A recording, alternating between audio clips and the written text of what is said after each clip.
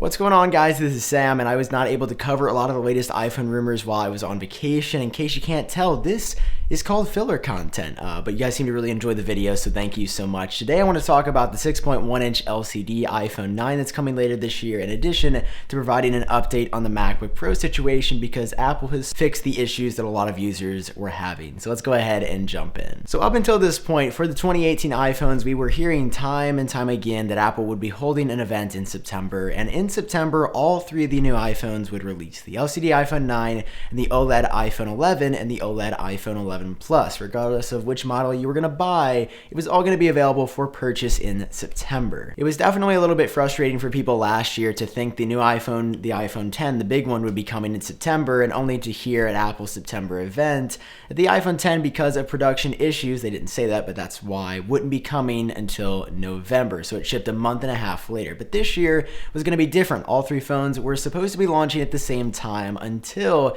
we got a new report from Barron's just recently. An analyst there suggests that the LCD iPhone 9 with a 6 to 6.1 inch screen won't actually be launching until sometime in October. The LCD iPhone 9 is the phone that I think will probably be the most popular. I want to say a report suggested that it would be, just because it's going to be available for about $700, right around the price of the current iPhone 8.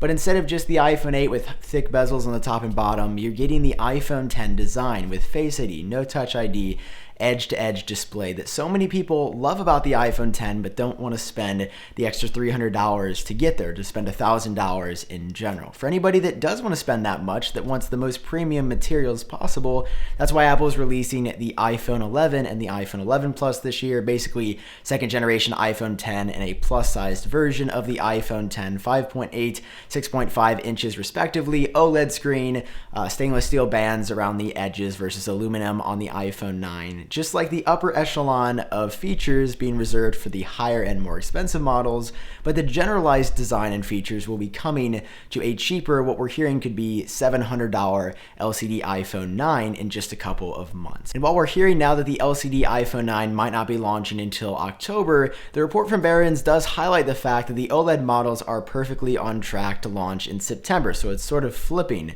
Rather than in 2017, the OLED models being available a couple months later, they're going to be available pretty much right after Apple announces them. So second generation iPhone 10 and iPhone 10 Plus should still be available in September, which is very exciting because I would say right behind the LCD iPhone, so many people want this phone right here, the iPhone 10 Plus with a gigantic display. So many people love the iPhone 10 but just want a bigger screen, so that is why Apple is going to be producing that phone this year. Now I'm just speculating here, but one of the reasons that the LCD iPhone 9 could be delayed is just because we're hearing it's going to come in a ridiculous number of colors. Just like the iPhone C was sort of a cheaper alternative to the iPhone 5S, it had some cheaper components and lower grade specs inside. It came out at the same time as the iPhone 5S and was available for a lower price, and it also had an LCD display as well. So I'm seeing a lot of parallels right now between the iPhone 5C and the iPhone 9, or I guess you could call it the iPhone 10C as well. We got a new report from MacBook that not only reiterates Min-Chi Ko's report from a couple of weeks ago saying that the LCD iPhone would be available in a ton of colors, but also adds a couple of other colors as well that we're hearing, which is super exciting. I think more colors is definitely a good idea, although it may make the purchasing process a little bit harder because so many of these colors are colors that I definitely want. MacBook reports now that the iPhone 6.1-inch LCD model, what we're calling the iPhone 9, is going to be available in white, black, no surprise there, but also flash yellow, bright orange, electric blue, and top/gold. So that's going to be a lot of colors at launch, 6 colors right off the bat. What's interesting here though is that they don't include red as a color option. Min-Chi Ko had reported that the LCD iPhone would be available in red in addition to all those colors besides yellow.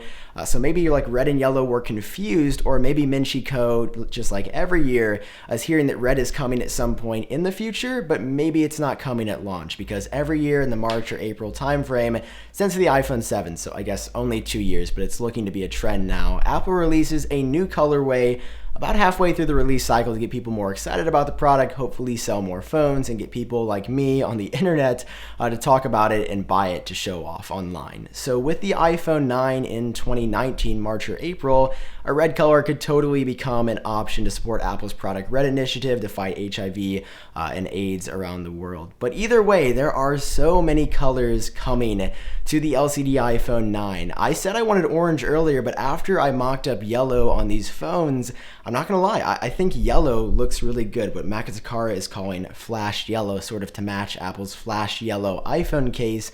And they included this picture of iPhone cases to give you an idea of how the colors are going to look. Obviously, these are on like leather/silicone cases, so it's gonna look a lot different placed on aluminum or glass, but you still get an idea, a sense of how these iPhones could look once they are released. And this is definitely a good strategy for Apple to offer the iPhone 9 in a wide breadth and depth of colors so that it spurs attention and spurs excitement about this phone, and instead of just being available in white and black, sort of like the iPhone 10 was, considering that all three new iPhones in 2018 are going to have a very similar design. So I think it's a good strategy. Yellow and orange are probably still my top two. Blue looks incredible as well. Let me know down below in the comment section which color iPhone you want to see the most. I do want to reiterate though that these color options are only coming to the lower end $700-ish LCD iPhone 9. So if you want the second generation iPhone 10 or the iPhone 10 Plus, the colors we're hearing for those are white and silver, just like we heard in 2017, space gray, and then also gold. And this gold colorway leaked from some FCC filings Apple had filed a number of months ago that I don't think we're supposed to get out, but this is an iPhone 10 from 2017. Apple was reportedly working to add a gold color option then, but they had a hard time, I believe, anodizing or adjusting the color of the stainless steel on the edges. So instead of having just a very small number available at launch, they totally scrapped gold for 2017 entirely. Another fun tidbit that I think I forgot to highlight in videos in the past, but Apple was definitely going to release three colors of the iPhone 10 in 2017. They were going to do silver, space gray, and also gold, because in all of the marketing materials, there's a third wallpaper every time. Like, there's always this gold colored wallpaper that would look really great on a gold iPhone. The iPhone just never came to fruition. So whether you're planning to pick up the LCD or OLED iPhones in 2018, there are going to be a lot of color options available, so you should probably start planning now. All right, for the last story today, I want to shift away from the iPhone and touch and retouch upon the MacBook Pro 2018 controversy, because I got pretty upset about it. You know, you buy a $2,000, $3,000, $4,000 computer, and the performance you're getting in day-to-day usage is not actually what was promised or what you paid for. It was really frustrating. A lot of professionals were totally upset, and a lot of people thought that there was an actual hardware flaw. I think myself, I would include in that camp, that there was a hardware flaw with the new MacBooks, that Apple intentionally designed something that couldn't be cooled so you would never get the performance that you paid for. It turns out that wasn't actually the case. Apple released a statement on this issue. I'm sure you've seen a ton of videos. Dave Lee did some new testing. Jonathan Morrison did some new testing, both two of my favorite tech YouTubers, and confirmed the fact that the new MacBook Pro with a new software update available through the App Store directly from Apple is the fix for the issue. You're gonna get the performance that you were expecting. Still not as good as the chip could be if there was an even better cooling solution, but you're getting at least what you paid for. You're not getting a lot lower performance on the i9 models, and I updated it on my i7 new MacBook Pro and didn't really notice any stark differences right off the bat. But the main issues were with the i9 models, the highest end MacBook Pros you could buy, and they're fixed now. So that's really good to hear. I was a little worried that Apple had just built a product that was bad and they didn't test it properly. That's sort of what it looked like right out the gate, but the issue has been fixed. So if you're someone who wanted to buy a new MacBook Pro, I would say it's totally safe to do it now, whether you're getting the i7 or the i9 models. They're really good. The battery life on mine seems incredible. I used it on and off for like 6 or 7 days, and it just died a couple minutes before filming this video. So I feel like the battery life has been greatly improved, at least from the 2016 model. And of course, I'll report back with my final thoughts and opinions on the device after I use it just a little bit more in a full review coming soon, because I'm very excited to share my official thoughts with all of you. But even this is a mini review. It's good, it's fast, it's sleek, it's compact.